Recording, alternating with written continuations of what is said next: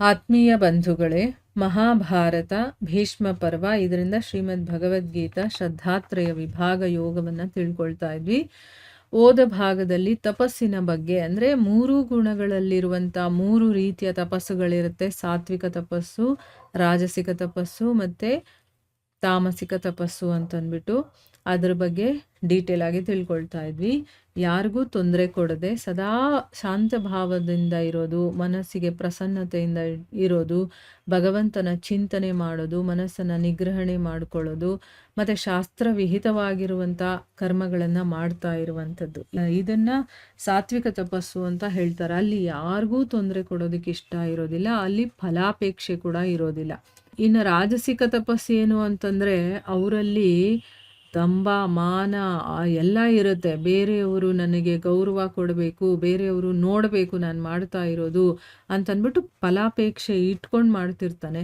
ಅದನ್ನು ರಾಜಸಿಕ ತಪಸ್ಸು ಅಂತ ಹೇಳ್ತಾರೆ. ಇನ್ನು 3ನೇದೇನು ಅಂದರೆ, ಹಠಪೂರ್ವಕವಾಗಿ ಮನಸ್ಸಿಗೆ ಇಷ್ಟ ಬಂದಂಗೆ ತನ್ನ ಮನಸ್ಸು, ವಾಣಿ, ಶರೀರ ಎಲ್ಲದಕ್ಕೂ ತೊಂದರೆ ಕೊಟ್ಕೊಂಡು ಬೇರೆಯವ್ರಿಗೂ ಕೂಡ ಅದರಿಂದ ತೊಂದರೆ ನೋವಾಗಬೇಕು ಆ ರೀತಿ ಮಾಡಿ, ಇನ್ನು ಬೇರೆಯವ್ರಿಗೆ ಕೆಟ್ಟದ್ದಾಗಲಿ ಅಂತಲೇ ಮಾಡುವಂಥ ತಪಸ್ಸಿರುತ್ತಲ್ಲ, ಅದನ್ನು ತಾಮಸ ತಪಸ್ಸು ಅಂತ ಹೇಳ್ತಾರೆ. ಈಗ ರಾಕ್ಷಸರನ್ನು ನೋಡಿದ್ದೀವಿ, ಅವ್ರು ನೋಡಿ ಬೇರೆಯವರಿಗೆ ನಾನು ತೊಂದರೆ ಕೊಡಬೇಕು ಅಂತಲೇ ತಪಸ್ಸು ಮಾಡ್ತಾರೆ. ಅದಕ್ಕೋಸ್ಕರ ನಾನು ಶಕ್ತಿಯನ್ನು ಪಡ್ಕೋಬೇಕು, ವರವನ್ನು ಪಡಿಬೇಕು ಅಂತೆಲ್ಲ ಅವ್ರು ತಪಸ್ಸು ಮಾಡ್ಕೊಂಡು ಹೋಗ್ತಾರೆ. ಅದರಲ್ಲಿ ಶಾಸ್ತ್ರಕ್ಕೆ ಅನುಗುಣವಾಗಿರೋದಿಲ್ಲ, ಅವ್ರಿಗೆ ಇಷ್ಟ ಬಂದಂಗೆ ಮಾಡ್ತಾರೆ. ಆದರೆ ಅವರು ತುಂಬ ಕಷ್ಟಪಟ್ಟು ಮಾಡ್ತಾರೆ, ಅದನ್ನು ಹೇಗಾದರೂ ಮಾಡಿ ಅದನ್ನು ಸಿದ್ಧಿಸ್ಕೋಬೇಕು ಅಂತಲೇ ಮಾಡ್ತಾರೆ. ಆದರೆ ಅದನ್ನು ತಾಮಸ, ಯಾಕಂದರೆ ಅದರಿಂದ ಬೇರೆಯವ್ರಿಗೆ ತೊಂದರೆ ಕೊಡಬೇಕು ಅಂತಲೇ ಅವ್ರು ಮಾಡ್ಕೊಳ್ತಾ ಇರ್ತಾರೆ ಆ ತಪಸ್ಸನ್ನು. ಅದನ್ನು ತಾಮಸ ತಪಸ್ಸು ಅಂತ ಹೇಳೋದು. ದಾನ ಕೊಡೋದು ಕೂಡ ಕರ್ತವ್ಯನೇ ಅಂತ ಅಂದ್ಕೊಂಡು, ಈ ರೀತಿಯ ಒಂದು ಭಾವವನ್ನು ಇಟ್ಕೊಂಡು ಯಾವ ದಾನವನ್ನು ದೇಶ ಕಾಲ ಮತ್ತು ಪಾತ್ರ ಪ್ರಾಪ್ತಿಯಾದ ಮೇಲೆ, ಅಂದರೆ ಅರ್ಥ ಏನು, ಈಗ ದಾನ ಕೊಡಬೇಕಾದ್ರೂ ಕೂಡ ಆ ದಾನ ಕೊಡೋದು ನನ್ನ ಕರ್ತವ್ಯ ಅಂತ ತಿಳ್ಕೊಂಡು ಮಾಡ್ತಾನೆ. ಅಲ್ಲಿ ಒಂದು ಫಲಾಪೇಕ್ಷೆ ಅಥವಾ ಮನಸ್ಸಲ್ಲಿ ಈ ದಾನ ಕೊಡೋದ್ರಿಂದ ನಂಗೆ ಒಳ್ಳೆಯದಾಗತ್ತೆ ಆ ರೀತಿ ಏನೂ ಯೋಚನೆ ಇರೋದಿಲ್ಲ ಅವನಿಗೆ. ಇದು ನನ್ನ ಕರ್ತವ್ಯ ಅಂತ ತಿಳ್ಕೊಂಡು ಅವನು ಮಾಡ್ತಿರ್ತಾನೆ. ಆದರೆ ಯಾರಿಗೆ ಕೊಡಬೇಕು, ಎಲ್ಲಿ ಕೊಡಬೇಕು, ಯಾವಾಗ ಕೊಡಬೇಕು ಅನ್ನೋದು ಕೂಡ ತಿಳ್ಕೊಂಡು ಅವನು ಕೊಡ್ತಾನೆ. ಯಾರಿಗಂದರೆ ಅವರಿಗೆ ದಾನ ಮಾಡೋದಲ್ಲ, ಯಾವ ಒಂದು ದೇಶದಲ್ಲಿ ಯಾವ ಕಾಲಕ್ಕೆ ಮಾಡಬೇಕು, ಯಾರಿಗೆ ಮಾಡಬೇಕು ಅನ್ನೋದು ಅವನು ಸರಿಯಾಗಿ ತಿಳ್ಕೊಂಡಿರ್ತಾನೆ. ಅಂದರೆ ಅವನಿಂದ ಮೊದಲೇ ಅವನಿಗೇನೋ ಒಂದು ಸಹಾಯ ಆಗಿರುತ್ತೆ, ಅದಕ್ಕೋಸ್ಕರ ನಾನು ಮಾಡಬೇಕು ಅಂತ ಆ ರೀತಿ ಮಾಡೋದಿಲ್ಲ. ಅವನಿಗೂ ಇವ್ರಿಗೂ ಕನೆಕ್ಷನ್ನೇ ಇರೋದಿಲ್ಲ ಅಂತ ಇಟ್ಕೊಳ್ಳಿ. ಆದರೂ ಕೂಡ ಆ ಸಮಯಕ್ಕೆ ಅವ್ರಿಗೇನೋ ಒಂದು ನೆಸೆಸಿಟಿ ಇರುತ್ತೆ. ಆದರೆ ಇವನೇನೋ ಒಂದು ಇಚ್ಛೆಯನ್ನು ಇಟ್ಕೊಳ್ಳದೆ, ಆಮೇಲೆ ಅವನು ಉಪಕಾರ ಮಾಡಿಲ್ಲ ಅಂತಂದ್ರೂ ಅವನಿಗೆ ದಾನ ಮಾಡ್ತಾನಲ್ಲ, ಅಂಥದ್ದು ನಿಜವಾಗ್ಲೂ ಸಾತ್ವಿಕ ಅಂತ ಹೇಳ್ತಾರೆ.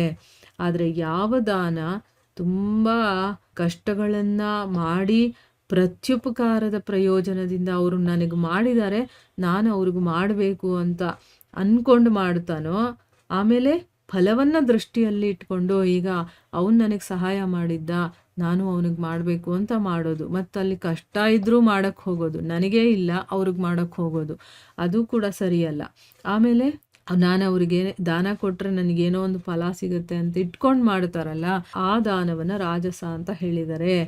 ಇನ್ನು ಯಾವ ದಾನದಲ್ಲಿ ಸತ್ಕಾರನೇ ಇರೋದಿಲ್ವೋ, ಬರೀ ತಿರಸ್ಕಾರದಿಂದ ಅಯೋಗ್ಯನಿಗೆ, ನೋಡಿದ್ರ ಇಲ್ಲಿ ಅಯೋಗ್ಯ ದೇಶ, ಅಲ್ಲಿ ಕೊಡಬಾರ್ದು ದಾನ, ಆದರೂ ಅಂತ ಒಂದು ಜಾಗದಲ್ಲಿ ದಾನವನ್ನು ಕೊಡೋದು, ಅಲ್ಲಿ ಕೊಡಬಾರ್ದು ಅಂತ ಕಾಲದಲ್ಲಿ ದಾನವನ್ನು ಕೊಡೋದು. ಕುಪಾತ್ರನಿಗೆ, ಈಗ ಕುಡುಕ ಇರ್ತಾನೆ, ಅವನಿಗೆ ಹೋಗಿ ಹಣ ಕೊಡ್ತೀನಿ ನೀನು ಅವನು ಚೆನ್ನಾಗಿರಲಿ ಅಂತ ಕೊಟ್ಟರೆ ಅವನೇನು ಮಾಡ್ತಾನೆ, ಅವನು ತನ್ನ ಆರೋಗ್ಯಕ್ಕೋಸ್ಕರ ಅಥವಾ ತನ್ನ ಮನೆಗೋಸ್ಕರ ಆ ಹಣವನ್ನು ಯೂಸ್ ಮಾಡ್ತಾನ, ಇಲ್ಲ ಅದನ್ನು ತೊಗೊಂಡೋಗಿ ಅವನು ಇನ್ನೊಂದಷ್ಟು ಕುಡಿತಾನಲ್ವಾ, ಅದು ಆ ಪಾತ್ರನಿಗೆ ನಾವು ದಾನ ಕೊಟ್ಟಂಗೆ ಆಗುತ್ತೆ. ಆ ರೀತಿ ಅಯೋಗ್ಯವಾಗಿರುವಂತಹ ದೇಶದಲ್ಲಿ, ಕಾಲದಲ್ಲಿ ಮತ್ತು ಕುಪಾತ್ರನಿಗೆ ಯಾರು ದಾನವನ್ನು ಕೊಡ್ತಾರೋ ಆ ದಾನ ತಾಮಸ ಅಂತ ಹೇಳ್ತಾರೆ. ಈಗ ನೋಡಿ, ದಾನ ಕೊಡೋದು ಏನೋ ಒಂದು ಒಳ್ಳೆಯದು ನಾವು ಕೊಡಬೇಕು ಅಂತ ಅಂದ್ಕೊಂಡು ಕೊಡೋದು ಕೂಡ ತಪ್ಪೇನೆ, ಅದು ರಾಜಸಿಕ ದಾನ ಆಗಿಬಿಡುತ್ತೆ. ಯಾಕೆ, ಅಲ್ಲಿ ಫಲಾಪೇಕ್ಷೆ ಇದೆ, ನನಗೆ ಒಳ್ಳೆಯದಾಗುತ್ತೆ ಅಂತ ತಿಳ್ಕೊಂಡು ಕೊಡೋದು. ಅಥವಾ ಯಾವುದೇ ಭಾವ ಮನಸ್ಸಲ್ಲಿರಬಾರ್ದು, ಇದು ನನ್ನ ಕರ್ತವ್ಯ, ನನಗೆ ಕೆಲಸ ಮಾಡ್ತಾ ಇದ್ದೀನಿ, ಅದು ನನ್ನ ದಾನ ಮಾಡೋದು ಕೂಡ ನನಗೆ ಒಂದು ಕರ್ತವ್ಯ ಅಂತ ತಿಳ್ಕೊಂಡು ಮಾಡಬೇಕಷ್ಟೇ ಹೊರತು ಅಲ್ಲಿ ಯಾವುದೇ ರೀತಿಯ ಫಲಾಪೇಕ್ಷೆಗಳು, ಯಾವುದೇ ರೀತಿ ಯೋಚನೆಗಳು ನಮ್ಮಲ್ಲಿ ಇರಬಾರ್ದು. ಯೋಚನೆ ಬಂತು ಅಂತಂದರೆ ಅದು ರಾಜಸಿಕ ಆಗುತ್ತೆ, ಆಯಿತಾ? ಆಮೇಲೆ ಯಾರಿಗೆ ಕೊಡಬಾರ್ದೋ ಅಂಥವ್ರಿಗೆ ದಾನ ಕೊಟ್ಟರು ಕೂಡ ಅದು ಕುಪಾತ್ರನಿಗೆ ಕೊಟ್ಟ ಹಾಗೆ. ಅವನು ಅದನ್ನು ಒಳ್ಳೆಯದಕ್ಕೆ ಉಪಯೋಗಿಸ್ತಾನೋ ಇಲ್ವೋ ಗೊತ್ತಿಲ್ಲ, ಅದು ತಾಮಸಿಕ ದಾನ ಅಂತ ಅನ್ನಿಸ್ಕೊಳ್ಳುತ್ತೆ. ಎಷ್ಟು ವಿಚಾರಗಳಿದೆ ನೋಡಿ, ಎಲ್ಲ ವಿಚಾರಗಳ ಬಗ್ಗೆನೂ ಭಗವದ್ಗೀತೆಯಲ್ಲಿ ಭಗವಂತ ಹೇಳ್ಬಿಟ್ಟಿದ್ದಾನೆ.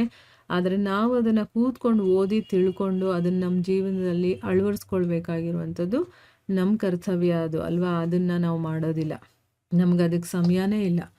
ನಮಗೆ ಎಲ್ಲದಕ್ಕೂ ಸಮಯ ಇರುತ್ತೆ. ಜ್ಞಾನ ತಿಳುವಳಿಕೆ ತಿಳ್ಕೋಬೇಕು, ಭಗವಂತ ಏನು ಹೇಳಿದಾನೋ ಅದನ್ನು ಕೇಳಬೇಕು ಅಂತಂದರೆ ಅದಕ್ಕೆ ನಮಗೆ ಸಮಯ ಇಲ್ಲ.